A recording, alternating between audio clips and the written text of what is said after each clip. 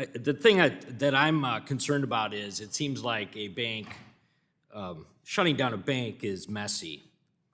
And I'm not sure if we're nimble enough or if the Fed or the FDIC is nimble enough that if we have multiple institutions that are all failing at the same time as to whether or not we could address this. Because there seems like a 3-day period in which everybody was kind of making arbitrary, I'll say arbitrary decisions, not necessarily guided by any specifics. And if there is a table of specifics on what is the red flare that says this bank is in trouble, we need to act quickly, I'm not convinced after 2 days of testimony that that actually happened that way. So I would ask either one of you to first comment on, can you instill more confidence that in fact we do know what we're doing and we can react quickly, and if it is multiple banks, that we're going to be in a good place. And then I have one more question after that.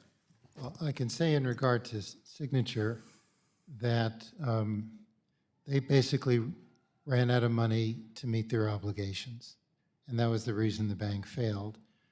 As I indicated earlier, they barely met their obligations at the end of the business day on that Friday, and it was clear to the state regulator, New York State, as well as to us, that they could not open on Monday and get to the end of the day based on the liquidity they had, and that was the reason the bank was closed by the state. And I'll let Vice Chairman Barr speak to Silicon Valley, but it was a pretty straightforward decision and a traditional one. Mr. Barr. Similarly, Silicon Valley Bank basically was unable to meet its obligations in the ordinary course of business. They suffered a devastating run, a $42 billion run on Thursday. On Friday, they expected to face a run of $100 billion, and they did not have the collateral sufficient to support discount window letting, and so they were not able to meet their obligations, and they were closed. And then the last question or comment, I'll just, Ms. Liang, when were you informed, first of all, that there was a possibility of Silicon Valley Bank defaulting? And was the president made aware of that? How much conversation was happening within the White House? And were there conversations with specific depositors or those that had an interest, like Governor Gavin Newsom in California? And now I further learned that the state makes a decision on actually shutting down the bank. What were those conversations like, and could you characterize them for me?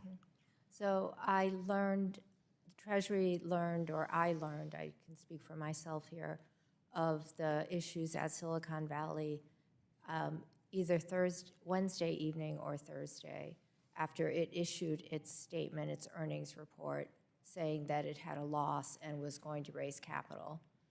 We heard certainly Thursday night of concerns at the institution because of the very, very rapid deposit withdrawals.